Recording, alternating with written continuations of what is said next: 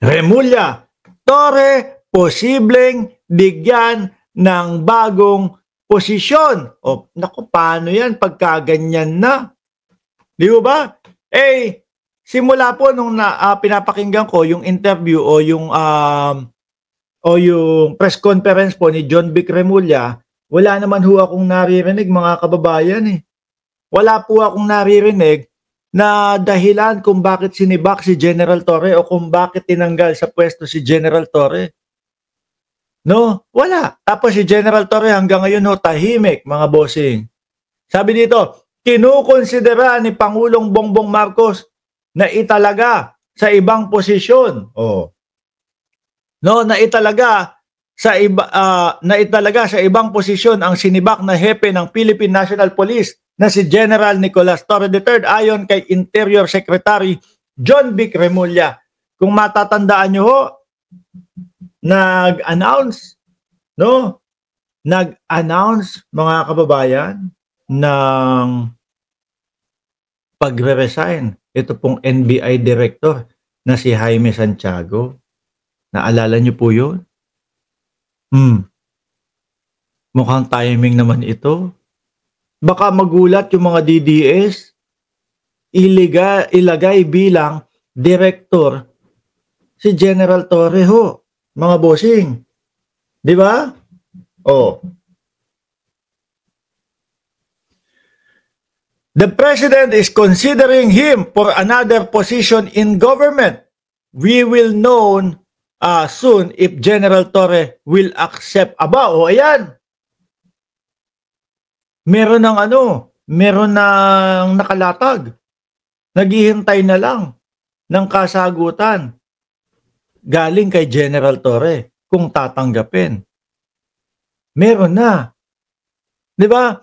Ayon din kay Remulla, may opsyon si Torre na magretiro. Sa usapin naman tungkol sa 4-star rank ni Torre, sinabi ng kalihim na ipapaubaya na niya ito sa National Police Commission.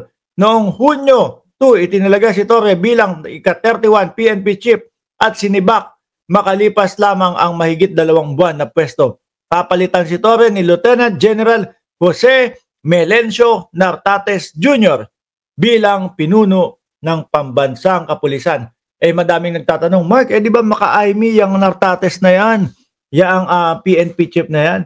Tayo naman ho, mga bossing. Since siya na yung papalit, igagalang, irerespeto, at susuportahan natin hanggat ang nakikita natin ay para sa bayan yung kanyang ginagawa. Hindi naman tayo agad-agad babatikos kung wala naman maka-IME nga. Kaso naman sumusunod naman kung tama naman ang ginagawa at nakikita natin para sa bayan naman din ang ginagawa. So, hindi tayo yung banata mo yan kasi tropa yan ni Aimee Marcos, bataan yan ni Aimee Marcos, no? Susuportahan natin. At tingin ko, mga kababayan, yan din ang sasabihin ni General Torre yung papalit sa akin. Suportahan ninyo, ganito, etc., etc. Lalo na po at para sa mamamayang Pilipino naman ang nakikita nating kilos at galaw o yung mga plano nila. Di ba? Ayan nag-aantay na. Mukhang may posisyon na. General Torre, ito ang posisyon na gusto ko sa iyo. Tatanggapin mo ba o hindi? Tahimik si General Torre ngayon. Nagpapasurprise. Baka yung mga supporter ni Barbie mag-iyakan kapag nalaman ito na maganda, no? Ang posisyon na ihahain kay General Torre. Ano tingin nyo? Baka mag-iyakan yung mga yan. Isa pa naman mga kababayan, sa mababakanteng posisyon, NBI Director. Di ba? Dahil nga po doon sa pagre-resign ni NBI Director Jaime Santiago. Yari na. Isa din sa iniisip ko, yung nabanggit ko kanina. Baka iniisip, wait lang, walang PNP chief na nagseserve ng warrant of arrest. Baka isa-serve warrant of arrest kay Bato de la Rosa. Baka isa-serve warrant of arrest kay Bongo. Or baka si General Torre ang maghahatid sa eroplano para kay Kibuloy para ibiyahe sa dahig. Sa dahig, sorry. No, hindi pala pwedeng magkasama yung mag-best friend sa Estados Unidos dahil, sabi ng Estados Unidos, kailangan na namin kunin si Buloyski, no? Kailangan na namin paharapin niyang si Buloyski dito sa aming bayan dahil may mga kinakaharap na kaso si Buloyski dito sa aming bayan. Di ba? Isa yan sa mga iniisip natin. Pero ang mas dikit na dikit ho, mga bossing, ay mukhang yung ito mukhang mas dikit ho, mga kababayan, ito, NBI Director. Kasi nung mga una, yung pagbagsak ng mga balita, hindi pwede si Torre sa pagiging NBI Director. Kasi nga ang sinasabi ay dapat mga lawyer ang maging NBI Director daw ho. Pero alamin natin, mga bossing, since nandito na, alamin, kwalipikado ba si Torre maging NBI Director daw ho, mga kababayan. Ayan niya.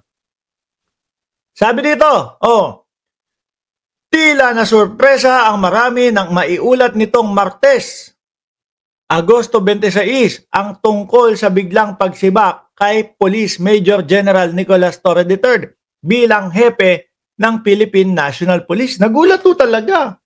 Ako, ang balita ko dapat ang re-reactionan nating balita ho, mga kababayan, tungkol doon sa mga flood control Tapos biglang nakita ko, breaking news, nagsasaya yung mga DDS. Kasi nga daw si Torre ay nasibak. Yung pala, yung relieve ni Torre. Sasaya, masaya sila. Nako, ayan, may hangganan din. Ayan, si Bato de la Rosa nga. Sabi pa nung ibang mga DDS, nako, ayan, kasi akala mo habang buhay ka diyang nasa posisyon. Nakarma si Torre, ganyan Wag kayo. Baka magkagulatan. Hanggang ngayon tahimik si General Torre, hindi nagsasalita, Baka magkagulatan. Biglang eto nga ang iniaalok na posisyon kay General Torre. Diba? Batay sa inisyong memorandum ni Executive Secretary Lucas Bersamin noong Lunes, Agosto 25, inatasan si Torre ng proper turnover. For the continuous and efficient delivery of public service in the PNP, you are hereby directed to ensure proper turnover. Yun lang ang sinabi Ang sabi dito for the continuous and efficient delivery of public service. Maayos, di ba? In the PNP, you are hereby, wala namang sinabi, dahil ikaw ay isang suwail, dahil ikaw ay isang malokong pulis, na malokong PNP chief, sinisiba ka namin. Hindi naman ganun ang sinabi. No? Ayan ang sinabi. Maayos. Are hereby directed to ensure proper turnover of all matter, documents, and information relative to your office, sabi, mga kababayan. Ang tanong dito, kwalipikado nga daw ba si General Torre? Sabi dito, samantala, isang linggo, eto na nga, bago ito kinumpirma ng palasyo ang pagbibitiw ni National Bureau of Investigation Director Jaime Santiago na sa pwesto noong Agosto 16, bakante ang NBI. Batay sa mga usat, nakasaad umano sa liham ni Santiago na nag-ugat sa pagbibitiw niya dahil sa orchestrated move na nagtatangkang dungisan ang reputasyon niya. Ay nako, malabo yan. Napakagiting, napakagaling po ng NBI Director. Bata pa lang po ako, sinusubaybayan ko na po. SPO4, Jimmy Santiago. May action pong nangyari doon sa namin, sa mataas na paaralan, Torres High School ho, mga kababayan. Merong doon, merong manggigilit, yung tawag doon, hostage taking. Si Santiago ang pumunta. Tapos, ang problema, butas ang ulo nung hostage taker. Detractors are those who have a sinister interest in my position, incessantly make moves to blemish my reputation. I cannot allow this seemingly orchestrated move to blacken my reputation, which I have built through the years. Kaya nag-resign na agad siya, kaysa sirain pa siya. Sabi, hindi tuloy na iwasan ng mga taong bumuo ng sarili-sarili nilang hula at haka sa nangyari kutob ng ilan. Nakatakda umanong palitan ni Torre si Santiago sa binakante nitong posisyon sa NBI. Nako, yan yung umaalingasaw, ha? No, ngunit kwalipikado kaya si Torre para maging direktor nito? Matatanda ang bago hirangin. Bilang ika-31 hepe ng PNP chief, nagsilbi siya bilang ika-42nd Crime Investigation and Detection Group, CIDG, no, noong September 2024. Siya rin ang kauna-unahang alumnus sa kasaysayan ng PNP na naging pinuno ng kapulisan. Bukod dito, namuno rin siya bilang hepe ng Quezon City Police District noong 2022 at kalaunan ay naging direktor ng Police Regional Office sa Davao noong 2024. Ang bilis nung kay Torre, ano? Ilan pa sa mga katungkulang ginampanan ni Torre ay ang mga sumusunod: Deputy Regional Director for Operation, Chief Regional Staff, tapos Deputy Director PNPA, Deputy Director for Operation. Puro director, no? Mukhang nalilinya maging director ng maging director ng dito nga sa NBI. Pero base sa Republic Act o kilala ring NBI, New Bureau of Investigation, Reorganization, Modernization Act, nasa kamay ng Pangulo ang pagluklok sa direktor ng naturang burokrasiya.